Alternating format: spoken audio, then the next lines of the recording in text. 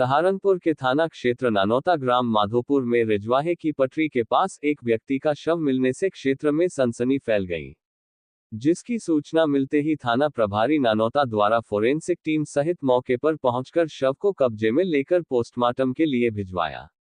मृतक की पहचान 30 वर्षीय तौसीफ निवासी माधोपुर के रूप में हुई। पुलिस मामले की जांच में जुट गई है। आज थाना ननौता को सूचना प्राप्त होती है कि ग्राम माधोपुर में रजवाहे की पटरी के पास एक व्यक्ति का शव मिलता है और पास ही उसकी मोटरसाइकिल भी मिलती है।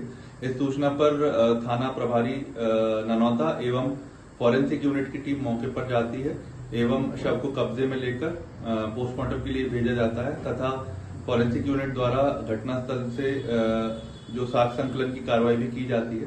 परिजनों को सूचित कर दिया जाता है। मृतक जो है वो ग्राम माधोपुर का ही रहने वाला है।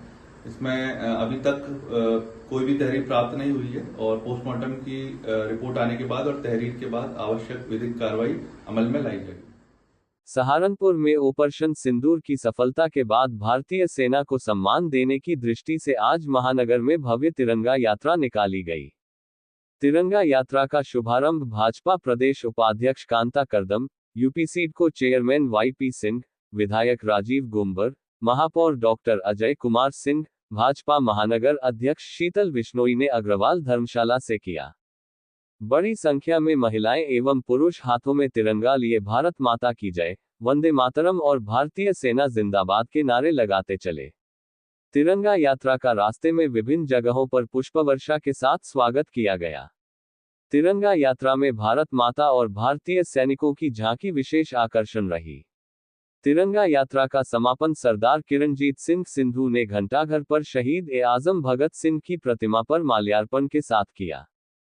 आज तिरंगा यात्रा 22 अप्रैल को जो कायरतापूर्ण हमला हुआ, जिसमें हमारी बहनों का सिंदूर उजाड़ा गया, इस देश के यशस्वी प्रधानमंत्री नरेंद्र भाई मोदी ने जो दृढ़ संकल्प जीरो टॉलरेंस की नीति आतंकवाद के खिलाफ दिखाई, जिसके कारण से पिछले एक पखवाड़े में देखा आपने कि जो अपने आप को शेखी बखारता था, परमाणु सशक्त देश कहता था, हमारी तीनों सेनाओं ने बड़े ही अनुशासन के साथ अपने अदम्य शौर्य पराक्रम का और इसको सिद्ध करते हुए पुणे की हम दुनिया की सबसे सुरक्षित सबसे अनुशासित सेनाएं हैं, उनके घर में घुस के उनको नस्ते नाबूद किया है, जिससे आज पाकिस्तान घुटनों पे आ गया है। जो आतंकवाद की फैक्ट्री चलाई थी इस देश ने, इस देश की दो बहनों ने, कर्नल सोफिया कुरैशी और आपने देखा विंग कमांडर व्योमिका सिंह ने, उनकी आंखों में आंख डाल के बताया है कि इस देश की नारी शक्ति किसी भी आतंकवाद का, किसी बहन का सिंदूर उजाड़ोगे तो तुम्हारी माद में घुस के तुम्हें नस्ते नाबूद करेंगे। और अपनी सेनाओं के लिए सबल दिखाते हुए, उनके चरणों में नमन करते हुए, उनके पराक्रम को नमन करने के लिए आज पूरे शहर भर में किसी भी जाति, धर्म, विचारधारा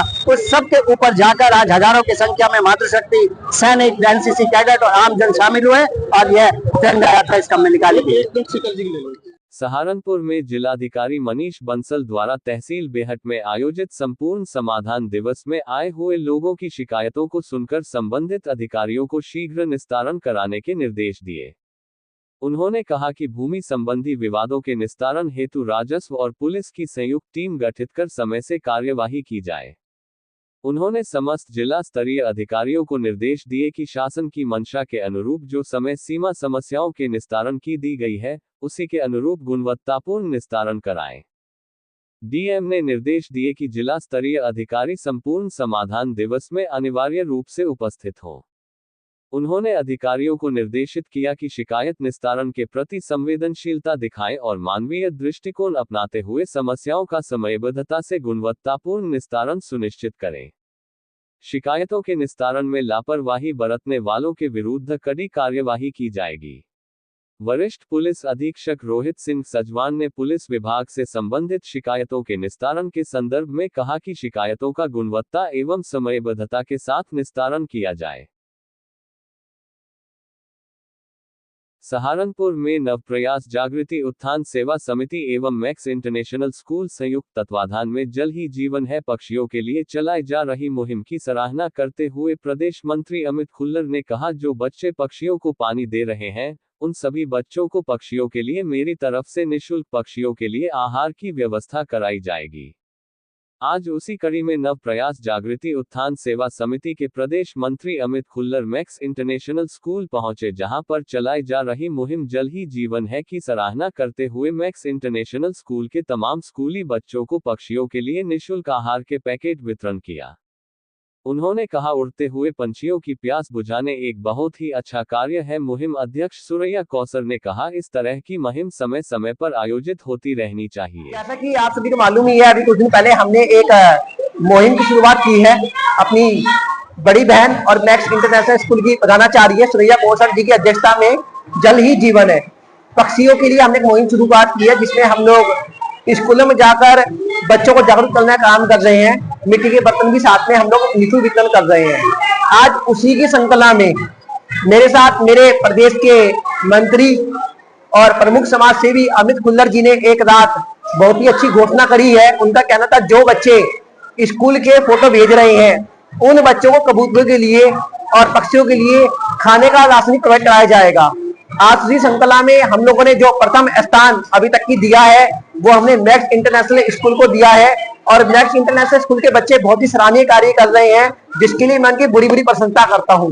और मैं इसके लिए मेन श्रेय अपनी प्रमुख समाज सेविका और बड़ी बहन और मैक्स इंटरनेशनल स्कूल की प्रिंसिपल सुरैया कौसर जी को देना चाहूंगा, जिसका एक बहुत ही अच्छा गीता जागृत का उदाहरण हम लोग को देखने को मिल रहा है। बच्चों के अंदर किस तरह का उत्साह है, बहुत ही अच्छे बच्चे।